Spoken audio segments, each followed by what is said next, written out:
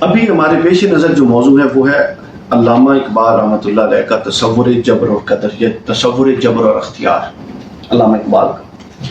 برِ صغیر پاک و ہند میں دیکھ لیں یا آپ دنیا فلسفہ میں دیکھ لیں، چند ایک شخصیات جو انگلیوں پہ گنی جا سکتی ہیں، وہ ایسی شخصیات ہیں جنہوں نے تاریخ کا دھارا بدل دیا، غور و فکر کرنے کے انداز بدل دیے، غور و فکر کرنے کے نئے معیارات متعین کر دیے۔ ان لوگوں میں ایک بندہ اقبال، اس میں کوئی شک نہیں۔ وہ دنیا کے کسی مذہب، کسی مسلک، کسی دین، بے دین بندہ ہو، وہ اقبال کے افکار کا کچھ نہ کچھ قائل نہ ہو، لیکن اقبال کا مداح ضرور ہے، اس کی تعریف ضرور کرتا ہے کہ اقبال کی کنٹریبیوشن ہے۔ آج ہم علامہ اقبال کا تصور جبر اور اختیار جو ہمارا موضوع چل رہا ہے، اس میں اقبال کی کیا کنٹریبیوشن ہے یہ دیں گے۔ علامہ اقبال کے ایک شعر سے بات کا آغاز کرتے ہیں۔ اقبال نے کہا، ناچیز جہاں نے مہو پروین میرے آگے، ناچیز جہاں نے مہو پروین، یہ جو پورا جہان ہے مہو پروین کا، یہ ناچیز ہے میرے آگے، ناچیز جہاں نے مہو پروین میرے آگے، کیوں وہ عالم مجبور ہے تو عالم آزاد ہے۔ وہ تو مجبور ہے، سورج اتنی عظیم شے مجبور ہے، چاہے کہ میں ادھر سے ادھر چلوں تو نہیں چل سکتا، چاند کتنا بڑا لیکن مجبور ہے، اپنی حرکت سے آگے پیچھے نہیں ہو سکتا، دن اور رات مجبور ہے، سمندروں کو جس رخ پہ اللہ نے ڈال دیا وہ مجبور ہے، چرند پرند درخت جانور ہر شے مجبور ہے، لیکن ایک عالم انسان ہے، عالم انسانیت۔ اقبال کہتا ہے کہ وہ سب عالم مجبور ہے تو عالم آزاد، تو واحد ہے جس کو کرنے یا چھوڑنے کا، ترک کا یا کسب کا اختیار ہے۔ اور اس کو مولانا روم نے بھی بیان کیا۔ مولانا روم فرماتے ہیں،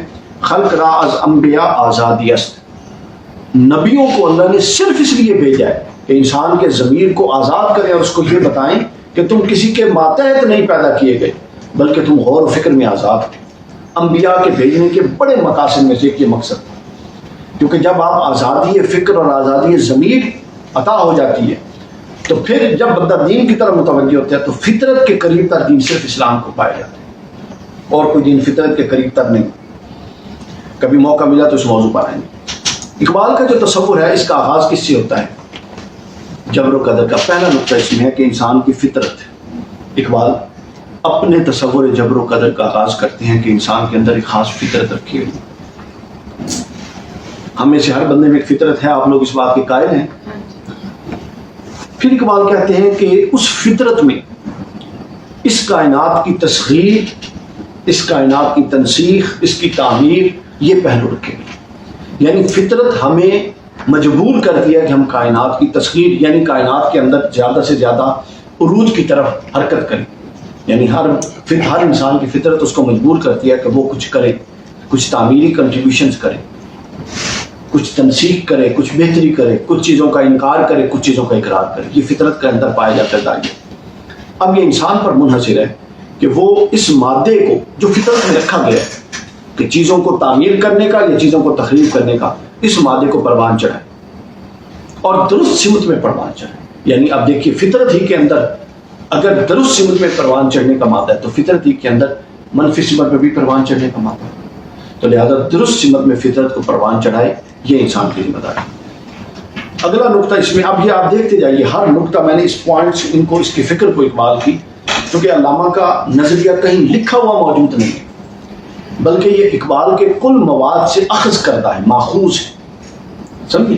یعنی جو میری پرسیپشن ہے اقبال کا تصور جبر و اختیار کیا ہے وہ میں بیان کرتا ہوں۔ دوسرا وہ کہتے ہیں کہ فطرت جو ہے، فطرت بالقوہ ہے،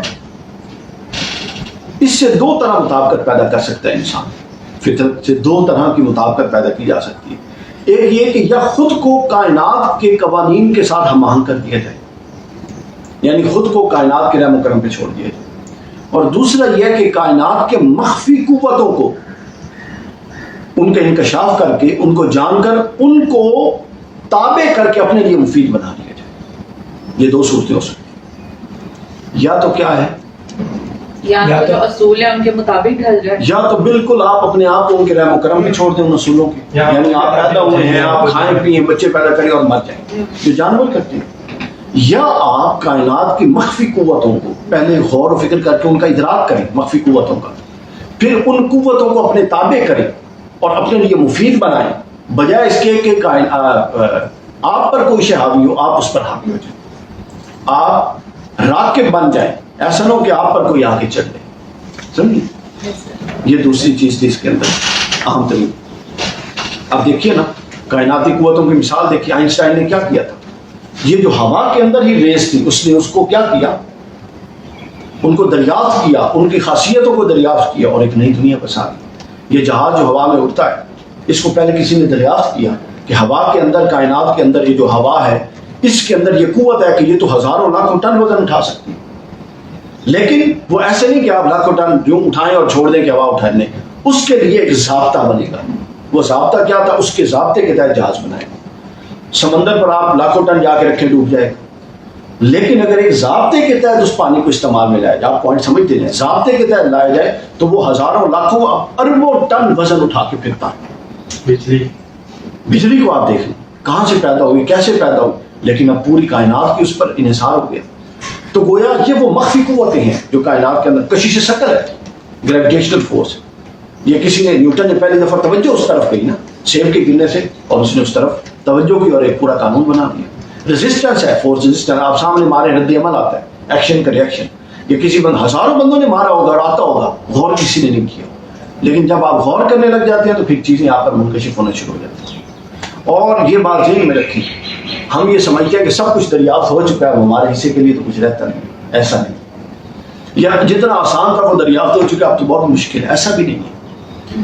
کمی یہ ہے کہ ہم غور و فکر کیے بغیر گزر جاتے ہیں. سمجھ؟ اگلا پہلو جس میں آتا ہے کہ ان دونوں کاموں میں خدا بنسبت حرکت انسان کا مددگار ہوتا ہے. یعنی اب انسان ان کائنات کے رازوں کو جاننے میں کتنا جستجو کر رہا ہے، کتنی محنت کر رہا ہے، اس محنت کے اندر نظم، ڈسپلن کتنا ہے. یہ چیز جتنی بڑھتی جاتی ہے، اقبال کہتا ہے کہ اس کام میں اللہ اس کا اتنا مددگار ہوتا ہے. اگر وہ کام ایسے کر رہا ہے کہ اس کو خود بھی پتہ نہیں، ادھر جا کے فلم دیکھ لیتا ہے، ادھر جا کے واٹس ایپ کھول لیتا ہے، ادھر جا کے فیس بک دیکھ لیتا ہے، اور 2 منٹ پھر کتاب اٹھا لیتا ہے کہ اب میں کائنات کو دریافت کروں، تو اس کے ساتھ پھر اللہ کی مدد نہیں. سمجھ آئی؟ امام مسلم کا آپ کو واقعہ پتہ ہے کہ ان کی ڈیتھ کیسے ہوئی تھی؟ ایک حدیث کا کسی نے ان سے سند پوچھی، کتابیں کھنگالتے رہے اور ساتھ کھجوروں کا بہت بڑا ٹوکرا تھا. پتہ ہی نہیں چلا، کھاتے رہے کہ پورا ٹوکرا کھا گئے. اس سے جسم کے اندر اتنی ہیٹ ہوئی کہ ڈیتھ ہوئی، پتہ ہی نہیں چلا. حضرت شیخ عبداللہ محدث دہلوی کا آپ کو واقعہ بتاؤں، بہت بڑے شیخ، بڑے صغیر کے گزرے، صاحب مدارج النبوہ کی. بہت ساری عالیشان کتابیں ہوں گی. اس دور میں لائٹ نہیں ہوتی تھی تو چراغ پہ پڑھتے تھے. تو انہماک کا یہ عالم تھا کہ کئی دفعہ ایسا ہوا کہ یہ بھویں اور یہ جو آنکھوں کی پلکیں ہیں یہ جل گئی چراغ سے، پتہ ہی نہیں چلا. جب ان کی شدت بڑھی تو پتہ چلا کہ یہ تو جل گئی. چراغ اتنا بلند ہوا اور اتنے منہمک تھے کہ پتہ ہی نہیں چلا. میں ایک کسی انگریز کی کتاب پڑھ رہا تھا، اس کے اندر اس نے بتایا تھا کہ وہ کسی دریافت کے لیے نکلا تھا جنگلوں میں، تو پتہ ہی نہیں چلا اس کو. جب واپس آیا 8 سال بعد وہ واپس آیا تو اس کو یاد ہی نہیں رہا کہ 8 سال ہو گئے اس نے بوٹ نہیں اتارے. جب بوٹ اتارے تو 7 پاؤں کی کھال اتر گئی. تو جو لوگ منہمک ہوتے ہیں وہ پھر ایسے منہمک ہوتے ہیں، فوکسڈ ہوتے ہیں. بغیر فوکسڈ کے کچھ نہیں. یہ جو ہے نا یہ سب سے بڑی چیز آج کے دور میں فوکس کو ڈسٹرب کرنے والی. ہر 10 منٹ بعد دیکھیں اسٹیٹس اپڈیٹ ہوئے ہوتے ہیں، کبھی شعر، کبھی کچھ، کبھی تصویریں. یعنی ہمیں کام ہی کوئی نہیں ہے کریٹو، تو ہم فوکس کیسے ہوں گے؟ تو جو لوگ فوکس بیٹھے، جنہوں نے یہ بنا کے ہمیں دے دیا کہ لے جاؤ کام کرو، وہ خود فوکس ہے اپنے کام پہ. تو جو جتنا فوکس ہوگا اور جتنا کمیٹڈ ہوگا اس کے ساتھ اللہ کی ذات اتنی ہی مددگار ہوتی جائے گی. اگلا پوائنٹ جو اقبال نے بتایا وہ یہ بتاتے ہیں کہ اقبال کہتا ہے انسان میں انسان سازی کے اور ان قوتوں کو دریافت کرنے کے لیے 4 پہلو.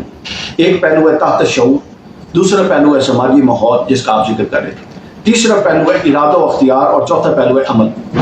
اس میں سے 3 پہلو اقبال کہتا ہے انسان کے اختیار کے ہی. ایک پہلو ہے جو مطلق اختیار کا نہیں ہے، وہ ہے خارجی ماحول، تھوڑا بہت اثر انداز ہوتا ہے، لیکن تحت شعور اثر انداز نہیں ہوتا. ارادہ اختیار اثر انداز نہیں ہوتا. اختیار سلب تو نہیں نہ ہو رہا. مثلا ماحول ایسا ہے کہ آپ کسی سے لڑائی کریں، لیکن آپ کا لڑائی نہ کرنے کا اختیار تو سلب نہیں ہوا نا، آپ صلح کی بات تو کر سکتے ہیں. تیسرا عمل، پھر اختیار کے بعد عمل تو مطلق آپ کے اینڈ پر ہے، آپ نے کرنا ہے تو ہونا ہے، نہیں تو نہیں کرنا. تو لہذا سماجی ماحول تھوڑا سا خارجی اثر رکھتا ہے. تحت شعور، ارادہ، اختیار اور عمل یہ کلیتاً آپ کے ہاتھ کی. لہذا اس سے وہ یہ ثابت کرنا چاہتا ہے کہ اے انسان تو مجبور نہیں ہے، بلکہ تیری جو فکری ساخت تشکیل دی جا رہی ہے اس کے اندر 4 عناصر میں سے 3 وہ ہیں جن پر تو کلیتاً کنٹرول رکھتا ہے، اور چوتھا وہ ہے جس پر تو جزوی کنٹرول رکھتا ہے. آگے یہ بتایا جا رہا ہے کہ ان میں سے ایک عنصر خارجی ہے، میں نے بتا دیا. 3 پر انسان کا کامل اختیار، اور یہ اختیار ہی انسان کی وجہ فضیلت ہے کہ یہ جو انسان کو یہ اختیار دیا جا رہا ہے یہی تو انسان کی فضیلت ہے. اگلا پوائنٹ جو اس کے اندر آتا ہے پھر اس کے بعد وہ یہ آتا ہے کہ مستقبل جو مستقبل ہے، اب ہم حال میں بیٹھے ہیں، ماضی ہمارے سامنے ہے، مستقبل ایک چیز ہے جو آنے والی. علامہ کہتے ہیں کہ مستقبل ذات الہیہ کی کلیت میں تخلیقی فعالیت کی حیثیت رکھتا ہے. میں سمجھا دیں کہ ایک ہمارے ٹھیک میں بتانے سمجھانے لگوں پھر لفظ ریپیٹ کرے تو مشکل اس طرح آتی. سے اقبال یہ کہتے ہیں کہ جو مستقبل ہے، فیوچر ہے، اللہ کے ایک زمان ہمارا ہے. یہ آگے آنے والا پوائنٹ پہلے سمجھنی ہے. ایک زمان ہمارا ہے، زمانہ، اس کو زمان، مکان اور زمان، ٹائم اینڈ اسپیس. ایک زمان ہمارا ہے، ایک زمان اللہ کا ہے، اور ایک زمان اقبال کہتا ہے ہمارے علاوہ ہمارے خود ہی کا ہے. کیا میرے لیے جو حال ماضی مستقبل ہے کیا اللہ کے لیے بھی وہ حال ماضی مستقبل ہے؟ بتائیے. نہیں ہو سکتا بھائی، وہ تو خالق ہے. خالق کے لیے کیا حال، کیا ماضی، کیا مستقبل؟ اس کی جو کلیت ہے، اس کلیت کا ایک جزو ہے، وہ کیا ہے؟ مستقبل. جو ہمارے لیے مستقبل ہے، یعنی مستقبل کا لفظ بھی اللہ کے لیے استعمال نہیں ہو سکتا، اللہ کی شان کے خلاف. ہمارے لیے جو مستقبل ہے ہماری اصطلاح سمجھنے کے لیے اللہ کی تخلیقی فعالیت کا ایک جزو ہے. جس طرح حال اس کی تخلیقی فعالیت کا ایک جزو تھا جس کو اب ہم دیکھ رہے ہیں کہ وہ ہم سے یہ کروانا چاہ رہا ہے. ماضی میں جو کر کے آئے ہیں وہ اس کی تخلیقی فعالیت کا ایک جزو تھا جو ہمارے لیے ماضی تھا. اس کے لیے نہ وہ ماضی تھا، اس کے لیے نہ یہ حال ہے، اس کے لیے نہ آگے مستقبل ہے. یہ ماضی اور مستقبل ہماری اصطلاحات جو ہمارے فہم کے لیے وضع کی گئی، لیکن اس کی تخلیقی فعالیت کا یہ ہولسٹک پوائنٹ آف ویو ہے. اس کے لیے یہ تخلیقی فعالیت، اس کے لیے یہ کل کی حیثیت رکھتی.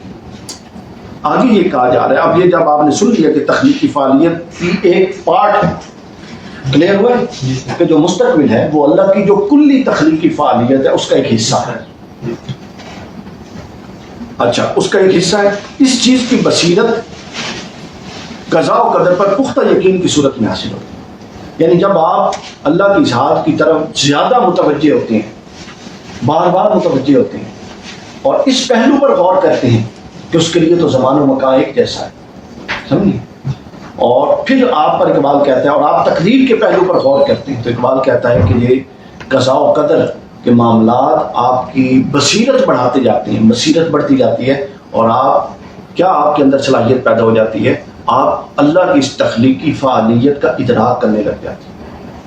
ابھی ممکن ہے کہ تھوڑی سی مشکل چیز آپ کے سر سے گزرے گی، لیکن جب آپ اس میں تھوڑا غور کریں گے تو آپ کو یوں لگے گا کہ دماغ کے دریچے کھل گئے. آگے چلیے. آگے جناب یہ سب سے اہم نقطہ ہے، اس سے پھر آگے موضوع آسان ہوتا ہے، جڑتا جائے گا. اس کے بعد یہ اقبال کہتا ہے کہ جب کبھی لامحدود کے اندر، لامحدود جب محدود میں ظہور پذیر کروائے اللہ، یعنی خالق کی منشا کیا ہے کہ کسی لامحدود کو کسی محدود کے ذریعے ظاہر کرواتا ہے. لامحدود کون ہے؟ روح ہماری لامحدود ہے، سمجھیے.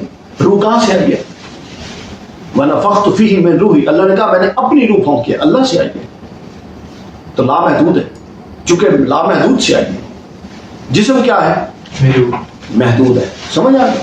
اب کیا ہے کہ لامحدود اس محدود میں ڈال کے اظہار کروایا جا رہا ہے کہ نہیں ہے؟ بتائیں.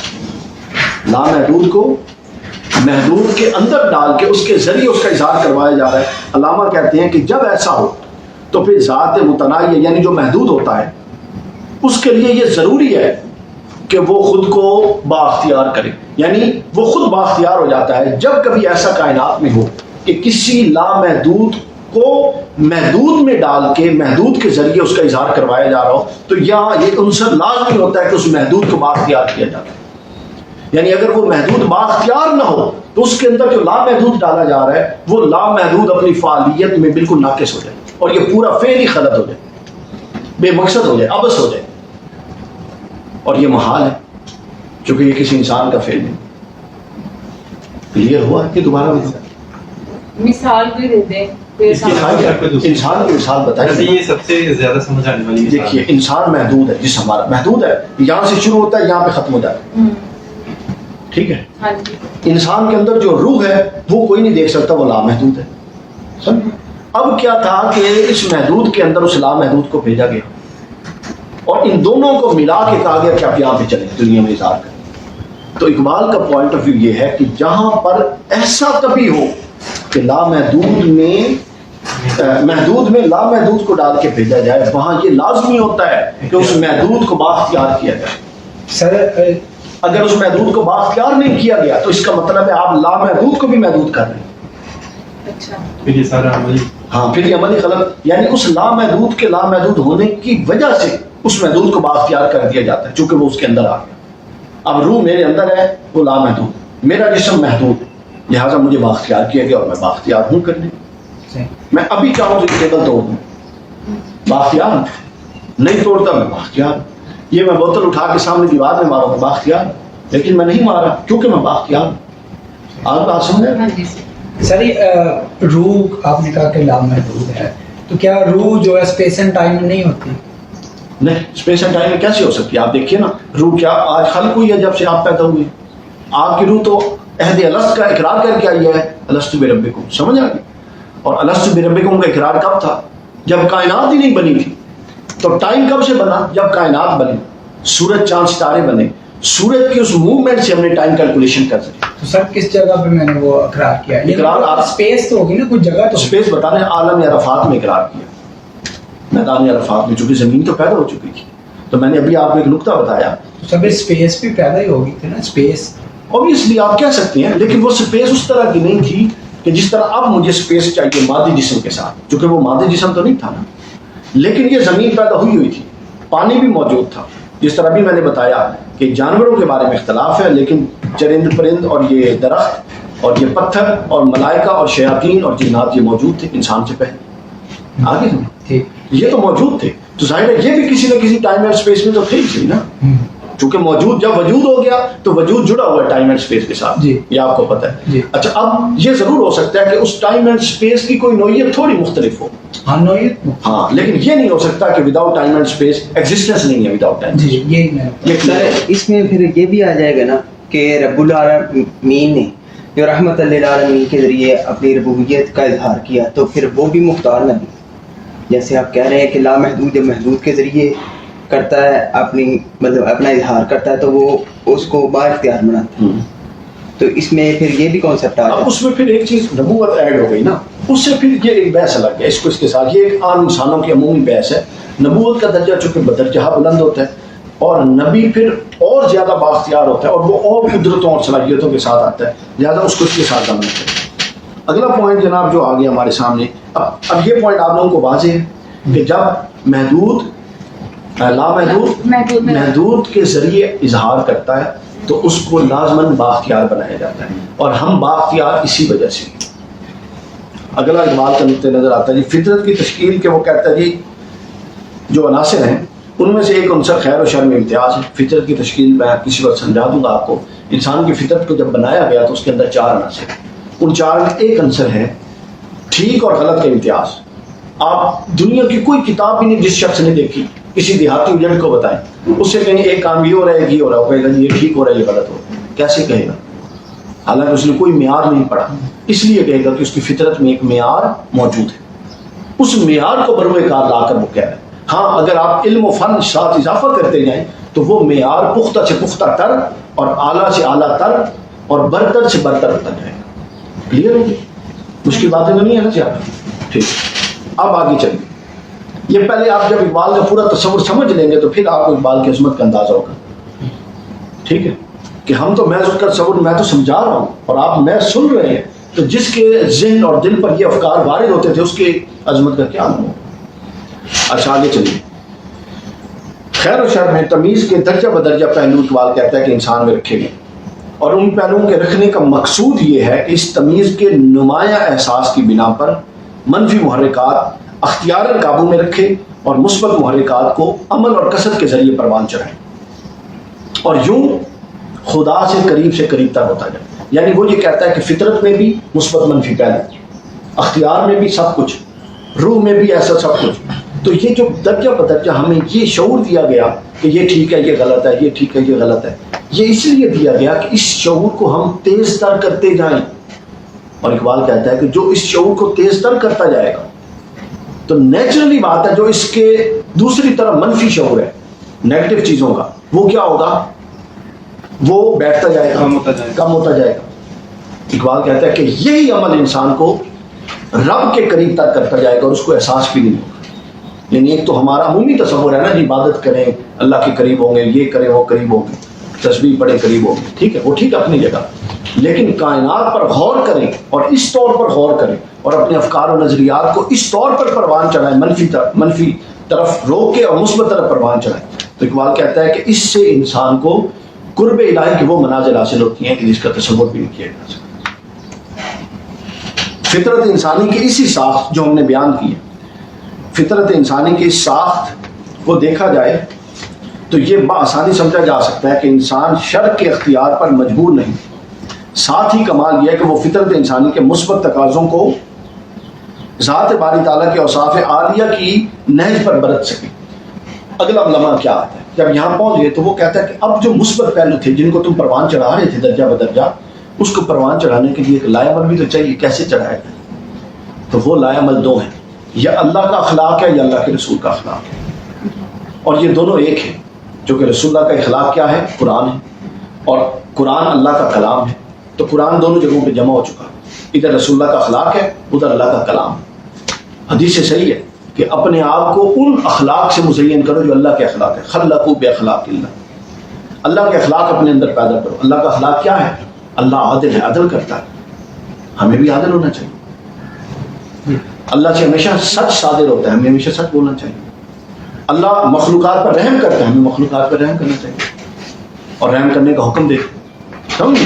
اللہ باعث نہیں ہے، جانبدار نہیں ہے، وہ عدل کی بنیاد پہ چلتا ہے، ہمیں بھی باعث نہیں. سر یہ جو اللہ کی صرف جباری اور قہاری ہے، جو پھر ظالم ہوتا ہے اور اللہ کے خلاف اعلان جنگ رکھتا ہے، دیکھیں نا پہلے خطا ہوتی ہے تو وہ معاف کر دیتا ہے، پھر گناہ ہوتے ہوتے وہ کہتا ہے توبہ پہ آؤ توبہ پہ آؤ توبہ پہ آؤ، ہمیشہ کتنی آیتیں. پھر جو ظلم حج درمی اور سرکشی میں حد سے بڑھ جاتے ہیں وہ کہتا ہے پھر اس کے لیے میں جبار بھی ہوں قہار بھی ہوں. پھر ایسے تو پھر ایسے سے، یعنی مہلت گزر گئی نا. عقل کا بھی یہی تقاضا ہے کہ ایک لمٹ تک مہلت دی جائے. اگر انسان کی اس مہلت کو گزار دیتا ہے، وقت ضائع کر دیتا ہے، پھر کیا ہے؟ پھر چونکہ اس نے عقل بھی رد کر دی، عقل کے تقاضے بھی رد کر دیے، فطرت کے تقاضے رد کر دیے، جو کتاب نبی کے ذریعے اس کا رد کر دیا، جو اپنا پیغام قرآن کے ذریعے اس تک پہنچا اس کا رد کر دیا. آخر پہ کیا بچ گیا؟ یعنی وہ تمام نشانیوں کا انکار کر چکا. یہ گویا کہ ایسے ہی ہے جیسے اللہ اور اس کے رسول کا براہ راست انکار کر چکا، لہٰذا وہ ظالموں میں سے ہوا اور ظالموں کے لیے وہ جبار اور قہار ہے. آپ چیک کر لیں قرآن میں جہاں جبار یا قہار کا آیا لفظ وہ ظالموں کے ساتھ ہے، اس کے علاوہ نہیں. آپ عذاب کی بھی قسمیں ہیں، عذاب علیم، عذاب عظیم، لیکن عذاب مہین، ذلت ناک عذاب، یہ صرف کفار کے لیے آئے. یعنی مومن کو عذاب تو ہو سکتا ہے اس کے گناہوں کی وجہ سے، لیکن اس کی قسمیں اللہ نے کر دی کہ اس کے یعنی اگر کوئی غافل رہا اتنا عذاب، اتنی گناہ کی سزا اتنی سزا. لیکن جو ظالم اور سر کا چھٹ درم ہو گیا اس کے لیے عذاب مہین ہے، اور عذاب مہین ذلت ناک عذاب، اس سے اوپر عذاب کا درجہ ہے. تو یہ اس سے ذات ہوئی. اب آپ یہ بات بھی سمجھ گئے کہ ہم نے اپنے اس اخلاق کو، اس فطرت کو پروان کیسے چڑھانا ہے؟ اللہ کی فطرت پر، اللہ کے اخلاق پر. جو فطرت اللہ نے ہمیں دی، اللہ کی فطرت سے یہ مراد جو اللہ نے ہمیں فطرت عطا کی اور جو اللہ نے اپنے رسول کو احکام دیے، اپنی فطرت کو ناکام کے تحت ڈالنا ہے جو قرآن ہے. آگے بتایا گیا کہ آزادی و اختیار کا یہ شعور جو ہے اور یہ احساس پوری نسل انسانی. اب یہ اقبال ایک بہت اہم بات بتا رہے ہیں. وہ کہتے ہیں کہ جس طبقہ انسانی میں، جس قوم میں، جس طبقے میں، جس شخص میں، جس امت میں اس طور پر اپنی صلاحیتوں کو پروان چڑھانے کا شعور بیدار ہو جاتا ہے کہتا ہے تاریخ میں صرف انہیں کا نام رہتا ہے اور صرف وہی قومیں ہیں جو تاریخ رقم کرتی ہیں، اس کے علاوہ کوئی تاریخ رقم نہیں کر سکتی۔ کیا یہ سچ نہیں ہے؟ بتائیے۔ ہم نے تاریخ رقم کی عہد خلافت راشدہ کی اور اس کے بعد تک اب تاریخ کون رقم کر رہے ہیں؟ ہم خود جا کے مغرب میں پڑھتے ہیں کہ نہیں پڑھتے؟ وہ تاریخ رقم کر رہے ہیں کہ نہیں کر رہے؟ آپ الٹے لٹک جائیں، اس وقت جو مسلم دنیا کی تحقیق ہے وہ مغربی دنیا کا 1% بھی نہیں ہے۔ یہ سچ ہے، مانے یا نہ مانے، یہ سچ ہے۔ کیوں ہے؟ اس لیے ہے بھائی کہ وہ اس شعور کا ادراک کر چکے ہیں۔ ان کا نظام تعلیم دیکھیے، ان کا نظام تعلیم و تربیت دیکھیے، زمین آسمان کا فرق ہے۔ عناصر جو بھی ہیں، وجوہات جو بھی ہیں، ہمارے جو بھی نظام تعلیم کی خرابی ہیں، اس کا ذمہ دار جو بھی ہے، ان چیزوں کو چھوڑیے۔ لیکن اصل یہ ہے کہ جو قوم ان پہلوؤں کا ادراک کر کے اپنے شعور کو ان پہلوؤں پر پختہ کرے گی، وہ قوم تاریخ میں زندہ رہے گی، وہی قوم ایجادات کرے گی، وہی قوم تاریخ میں یاد رکھی جائے گی، اسی قوم کو امامت اور قیادت ملے گی۔ آگے اقبال نے یہ بات کر دی اور اقبال کہتے ہیں کہ اس پہلو کے شعور کی بنیاد پر تہذیب، تمدن، مذاہب، اقوام تاریخ رقم کیا کرتی ہیں۔ جن اقوام سے یہ احساس چھن جاتا ہے وہ اقوام زوال کی طرف آ جاتے ہیں۔ عروج و زوال کا فلسفہ بھی سمجھ آ گیا آپ کو کہ عروج و زوال کیا ہے؟ کہ جو فطرت ہے اس کے ساتھ جو خودی ہے، اس کے اندر جو حق و باطل کا امتیاز ہے، اس کے اندر جو کائنات کی تسخیر کی قوت ہے، اس کے اندر جو مثبت طرف غور و فکر کی صلاحیت ہے، ان چیزوں کو جتنا ایکسپلور اور الیبوریٹ کرتے جائیں گے، جتنا ایکسپینڈ کریں گے، بڑھاتے جائیں گے، اتنا کامیابی کی طرف جائیں گے۔ اور جن سے یہ شعور چھین لیا جائے گا اتنا ناکامی کی طرف جائیں گے، اور جو کامیاب ہیں وہ عروج پر رہیں گے۔ یعنی جو عروج پر ہے وہ کامیاب ہے، یہ سمجھنا۔ یعنی اگر آپ دینی نقطۂ نظر جو اسلام کو نہیں مانتا وہ کافر ہے اور جہنم میں جائے گا، اس کانٹیکسٹ کو تھوڑی دیر کے لیے ایک طرف رکھیں اور ایک عمومی کانٹیکسٹ میں دیکھیں تو آپ دیکھیں ناکام کون ہے اور کامیاب کون ہے۔ اس کے بعد اقبال خودی کو آگے دی آپ کی بات، زمان و مکان کی زنجیروں میں مقید نہیں سمجھتا۔ ایک ہے میں، ایک ہے میری خودی ضمیر، یہ کیسے بنتی ہے خودی؟ اس پر میرا ایک 50-60 صفحے کا آرٹیکل ہے۔ اگر کسی وقت میسر آیا تو میں آپ کو بتا دوں گا کہ ہمارے دماغ میں خودی تشکیل کیسے پاتی ہے، کتنے مراحل ہیں خودی کی تشکیل کے، وہ میں نے 9-10 مراحل بتائے ہیں اس میں۔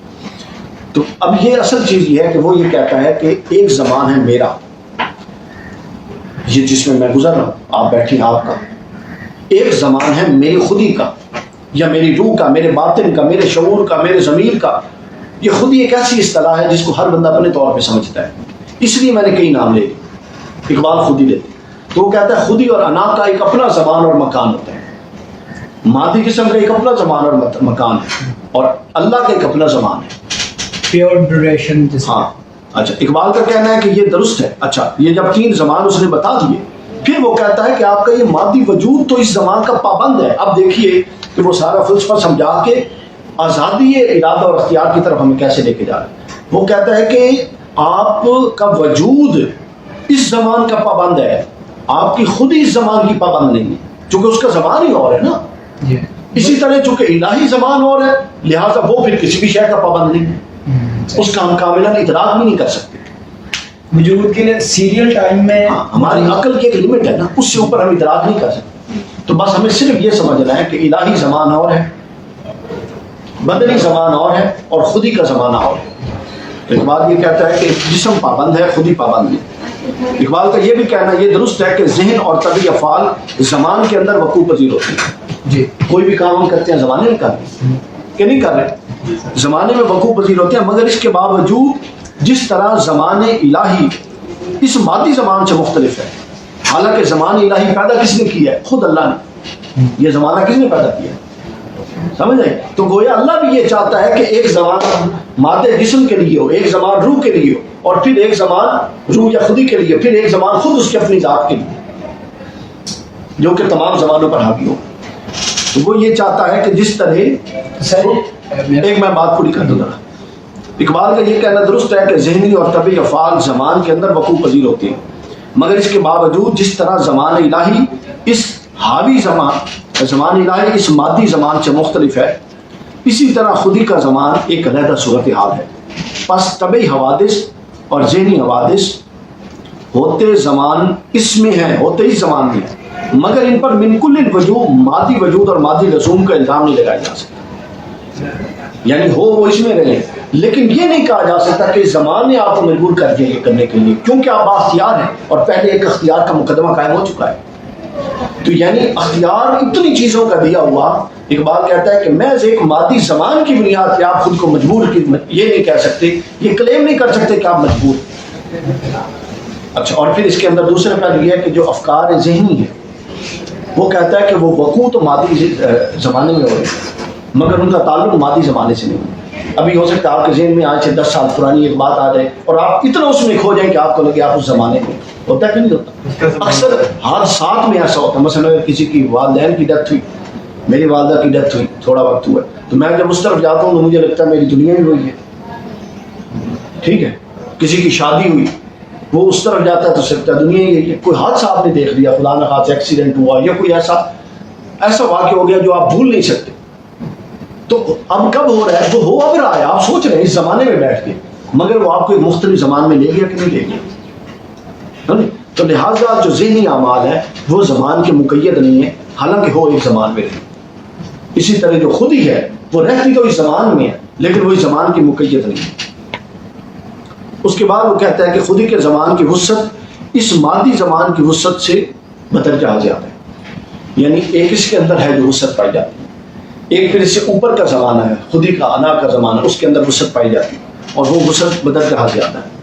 تو انسان کے ارادے پر انسانی وجود سے زیادہ خود ہی اثر انداز ہوتی ہے، پس وجود انسانی کا درجہ اختیار وجود خودی کے درجہ اختیار سے بدرجہ بلند ہوگا، کہ وجود انسانی کا جو درجہ اختیار ہے ایک وجود خودی کا درجہ اختیار ہے، زمان وجود انسانی کا یہ زمان ہے، وجود خودی کا اس سے اوپر کا زمان ہے، تو جو وجود انسانی کا اختیار ہوگا وہ کم ہوگا اور جو وجود خودی کا اختیار ہوگا وہ زیادہ ہوگا، کیونکہ زمان مختلف ہیں، درجے مختلف ہیں اور سطح مختلف ہیں۔ تو گویا خودی کو اگر کوئی زندہ کر لے، اقبال تو اس مادی جہان میں با اختیار مانتا ہے انسان کو، وہ کہتا ہے اگر کوئی خودی کو زندہ کر لے تو اس کے با اختیار ہونے کا عالم دیکھیے کہ وہ تو ایک اور زمانے میں با اختیار ہو گیا، یعنی وہ صرف پھر عالم مادی میں ہی با اختیار نہیں رہا بلکہ اس سے اوپر بھی ایک زمانے میں با اختیار ہو گیا۔ یہ کلیم جب آپ لوگ بعد میں کئی دفعہ سننا پڑے گا پھر یہ سمجھ جاتے ہیں ساری بات۔ اچھا، لیکن آپ اس بات سے یہ اندازہ لگا لیں کہ مجھے کتنی دماغ سوزی کرنی پڑی ہے اس ساری چیز کو ترتیب لگانے کے لیے۔ یہ شعر ہے خودی کو کر بلند اتنا، جی بالکل، یہ انہوں نے زبردست آسان تعبیر کر دی کہ وہ کہتا ہے خودی کو کر بلند اتنا کہ ہر تقدیر سے پہلے، یعنی اب وہ کہتا ہے کہ اتنا اٹھا کے اپنی سطح کو عمومی سے خصوصی سطح پہ لے جا، یعنی تو مادی جہان سے خودی کے جہان میں آ، اور جب تو خودی کے جہان میں آئے گا پھر تیرا مقام یہ ہوگا کہ تو اسے ہر کام سے پہلے پوچھا جائے گا، مادی جہان میں نہیں پوچھا جائے گا۔ آگے وہ کہتے ہیں جی انسان کی خودی فطرت سے گہری وابستگی رکھتی ہے، چونکہ تو خودی کو اگر فطرت سے الگ کر کے اب اس سے بھی اگلا درجہ، ابھی تو آپ مادی جسم سے خودی تک پہنچے تھے، اب اگر خودی کو آپ روح کے طریق پر لے کر آئیں، روح ایک اس سے بھی لطیف چیز ہے، روح کی صورت دے دی جائے تو یہ اس قابل ہو جاتی ہے کہ فطرت کے راز انسان پر منکشف کرے، اس جیب سے انسان زیادہ محنت کرے تو وہ آزادی میں دو چند وسعت یعنی بہت زیادہ وسعت پیدا کر سکتے ہیں۔ اس کی بدولت ذہن انسانی نئے تصورات اور نئی ایجادات کی طرف منکشف ہوتی ہے۔ تو جو لوگ ایجادات کرتے ہیں آپ سمجھتے ہیں یار ان کے ذہن میں کیسے آ گئی، وہ ان مراحل سے خود کو گزار چکے ہوتے ہیں اور پھر ان پر کائنات اپنا آپ منکشف کرنے لگ جاتی ہے، اپنے آپ کو کھول دیتی ہے ان پر۔ اقبال نے کہا وہی ہے صاحب امروز، امروز کہتے ہیں آج کا بندہ، آج کا بندہ کون ہے؟ وہی ہے صاحب امروز جس نے اپنی ہمت سے زمانے کے سمندر سے نکالا گوہر فردا، مستقبل فردا کو کہتے ہیں، یعنی اب زندہ وہ رہے گا جو آج کے دور میں سمندر میں ڈالے گا اور موتی وہ نکالے گا جو آنے والے دور میں استعمال ہوگا۔ اب پرانے وقت چیزوں کا وقت نہیں رہا۔ پھر آپ اقبال نے خود اپنی نظم نوائے وقت، ایک نظم نوائے وقت میں اقبال نے وقت کو اٹھا کر ایک انسان کامل کے حضور لا کھڑا کیا اور وہ انسان کامل وقت سے سوال و جواب کر رہا، یعنی اس نے کہا کہ وقت جو زمان ہے یہ خود محتاج اور تابع ہو جاتا ہے جو لوگ اس زمان کو استعمال کرنے کا طریقہ اور سلیقہ سیکھ جاتے ہیں، یعنی اس نے عالم مثال میں، عالم تشبیہ و تعبیر میں وقت کو ایک بزرگ کے سامنے لا کر کھڑا کر دیا، اور یہ سب کچھ کہتا ہے یہ خودی کا اعجاز تھا کہ اس نے خودی کو اتنا مضبوط کر دیا کہ وقت پھر اس پر سوار نہ رہا، وہ وقت پر سوار ہو گیا۔ اس کے بعد یہ وہ ساری، جب بندہ اس مقام پر پہنچتا ہے تو یہ بندہ اقبال کا مرد کلندر ہے، یہی بندہ اقبال کا مرد کامل ہے، یہی بندہ اقبال کا مومن کامل ہے، یہی بندہ اقبال کا شاہین ہے۔ جو اصطلاحات اس نے استعمال کی نا، جو زمانے کا پابند نہیں ہوتا، اقبال کہتا ہے جو زمانے کو پابند کرنے کے لیے ان مراحل سے نہیں گزرتا، وہ پھر تیار ہو جائے کہ زمانہ اس کو اپنا پابند کر کے اس کو رزق کے ایسے چکر میں ڈالے گا کہ وہ کچھ نہیں کر سکے گا، اور جو اصل روح انسانیت ہے اور جو کمال انسانیت ہے اس کی طرف اس کو متوجہ نہیں ہونے دے گا، اور وہ روزی روٹی کے چکر سے نکلنے سے پہلے دنیا سے نکل جائے گا، یعنی وہ آخری سانس تک روزی روٹی کے چکر میں رہے گا۔ اس کو اقبال نے یہ شعر کے ذریعے بیان کیا کہ مہر و ماء و انجم کا محاسب ہے کلندر، ایام کا مرکب نہیں راکب ہے کلندر، یعنی وہ دن اس پر حاوی نہیں ہوتے بلکہ وہ دنوں پر حاوی ہوتا ہے۔ کس طریقے سے ہوتا ہے؟ دنوں کا استعمال وہ ایسے طور پہ کرتا ہے، وقت کا استعمال، کہ ایک وقت آتا ہے کہ وہ وقت بھی اس کے تابع ہو جاتا ہے، کیونکہ وہ وقت کے استعمال سے، فکر کے پروان چڑھانے سے اور اپنے باطن کے عروج کے ذریعے سے مقام پر پہنچ چکا ہوتا ہے کہ وہ جو خودی کو کر بلند اتنا وہ کر چکا ہوتا ہے بلند، کہ پھر اس کو وہ مقام دے دیا جاتا ہے کہ وہ ان چیزوں پر، کائنات کے راز سر بستہ اس پر واضح ہو جاتا ہے۔ یہ تھا جی اقبال کا تصور جبر و اختیار، اور یہ تھے جبر کے رد میں اور اختیار کے حق میں علامہ اقبال کے دلائل، جن کی بنیاد پر علامہ یہ ثابت کرتے ہیں کہ انسان کلیتاً بااختیار ہے جب وہ اس عالم میں ہے۔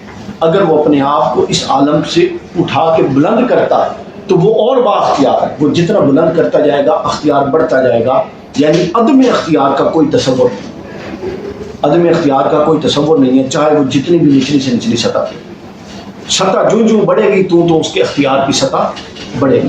تو لہٰذا انسان کلیتاً چند چیزوں کو چھوڑ کے، جو میں نے پہلے مقدمہ باندھا، کلیتاً بااختیار ہے، اور چند ایک چیزیں جو میں نے بتا دی، زندگی، موت، پیدا کہاں پہ ہونا ہے، ماں باپ کون ہے، ان چیزوں کے علاوہ ہر کام کے کرنے میں اختیار، اور جن چیزوں کے حوالے سے خاص طور پہ وہ جواب دہ ہے، یہ جو چیزیں اس کو اس دنیا میں اوپر اٹھانے سے متعلق ہے، ان تمام امور میں وہ جواب دہ بااختیار ہے کلیت۔ یہاں پر اقبال کا جو تصور تھا جبر و اختیار، اس کا میں نے خلاصتاً اقبال کے شعری کلام سے، ریکنسٹرکشن اور ریلیجیس تھاٹ سے، اور دیگر جو اقبال پر کام ہوا ان سے ماخوذ یہ میں سمجھاؤں جو میں نے آپ کے سامنے بیان کیا۔